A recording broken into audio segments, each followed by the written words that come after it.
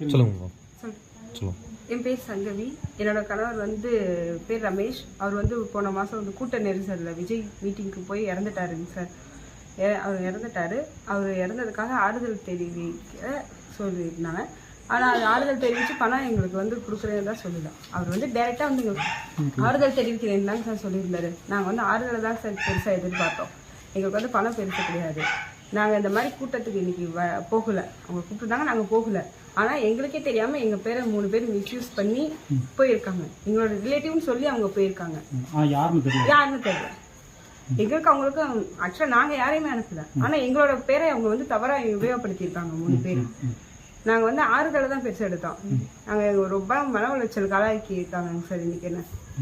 அதனால நான் வந்து ஆறுதல் தான் எனக்கு பெருசாக எதிர்பார்க்குறேன் சார். நான் பணத்தை வந்து எதிர்பார்க்கல. பணத்தினால வந்து எங்கள் கணவனோட உயிரை வந்து யாராவது திருப்பி கொடுக்க முடியாது.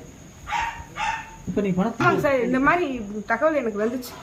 என் பேரை மிஸ்யூஸ் பண்ணி போயிருக்காங்க. தகவல் தெரிஞ்சோடனே நான் போய் பணத்தை ரிட்டர்ன் பண்ணிட்டு வந்துட்டேன். பேங்க்ல 20 லட்சம் பணம் போட்டிருந்தாங்க. ஆனா வந்து அவர் நேர்ல வந்து எங்களுக்கு ஆறுதல் தெரிவிச்சு போடுறதான் முதல்ல சொல்லியிருந்தாங்க. அதனால நாங்க அதை பெருசா எடுத்துக்கல. ஆனா 20 லட்சம் பணம் போட்டப்ப சொல்லவும் இல்லை, அவங்க போட்டுட்டாங்க. இன்னைக்கு அவர் நேர்ல வருவாருன்னு எதிர்பார்த்தா அவர் வரல. எங்களை சொல்லியிருந்தாங்க நாங்கள் வந்து நேரில் வரணும். நாங்களாம் போக விருப்பம் இல்லை. எந்த கூட்டத்துக்கு போய் தான் என் கணவர் இறந்துட்டாரு சார். மறுபடியும் எந்த கூட்டத்துக்கும் நாங்கள் போகல. எனக்கு வந்து 20 லட்ச ரூபா பணம் வேணான்னு சொல்லி திருப்பி அனுப்பிட்டேங்க சார். நான் பேங்க் மூலியமா ஆர்டிஜிஎஸ் பண்ணி நான் லெட்டர் இன்ஃபார்ம் பண்ணி கொடுத்து என் விருப்பம் எல்லாம் போட்டிருக்காங்கன்னு சொல்லி நான் திரும்பி மேனேஜருக்கு லெட்டர் கொடுத்து ரிட்டர்ன் பண்ணிட்டேங்க சார்.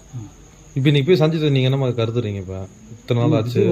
யார் கூட்டிட்டு போனது யாருன்னு தெரியாது. கட்சியில இருந்து வந்திருக்கோம்னு சொல்லி அங்க வந்து கூப்பிட்டாங்க. நாங்க வரலன்னு சொல்லிட்டோங்க சார். வேற யாரோ எங்களோட பேரை மிஸ்யூஸ் பண்ணி யாரோ போயிருக்காங்க. அது எப்படி தெரியும் உங்களுக்கு? அவங்க வேற யாரோ போயிருக்காங்க. அதாவது டிவில போட்டுருக்காங்க. யார் யார் குடும்பத்தை வந்திருக்காங்கன்னு சொல்லி டிவில போட்டிருக்காங்க. அந்த ரிலேட்டிவ் வந்து எங்களுக்கு தெரிஞ்சவங்க தான், போனவங்க தான். ஆனா அவங்களுக்கு எங்களுக்கு ஃபேமிலி இஷ்யூஸ் இருக்கு.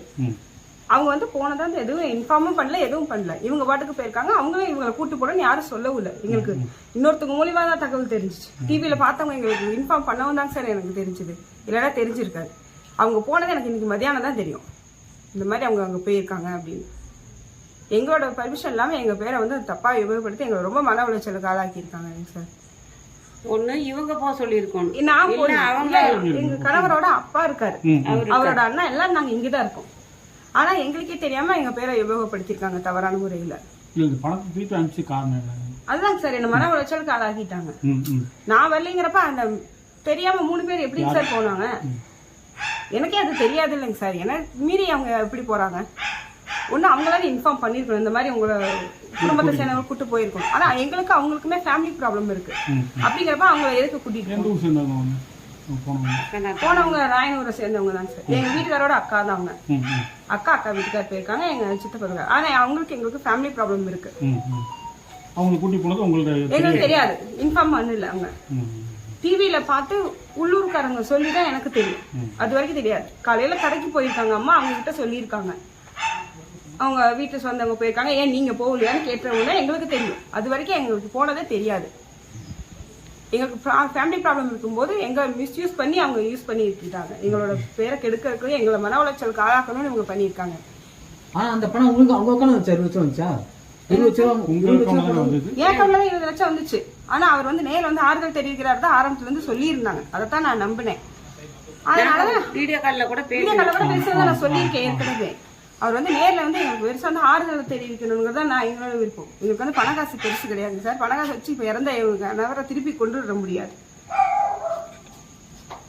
அதே மாதிரி எனக்கு எல்லாரும் வந்து நேரில் ஆறுதல் தெரிவிச்சுதான் வந்து சொல்லிட்டு போயிருக்காங்க. நேரில் தெரிவிச்சு எல்லாத்துக்கும் ரொம்ப நன்றி. கவர்மெண்ட்ல பணம் போட்டிருக்காங்க. கவர்மெண்ட் எவ்வளவு கொடுத்தாங்க உங்களுக்கு? கவர்மெண்ட்ல 10 லட்சம் பணம். ஜோதிமணி MP செந்தில் பாலாஜி அவங்க சார் வந்து கொடுத்துட்டு போனாங்க வீட்டுல. அவங்க கனிமொழி மேம் வந்து வீட்டுல வந்து எங்களுக்கு சொல்லிதான் கொடுத்துட்டு போனாங்க.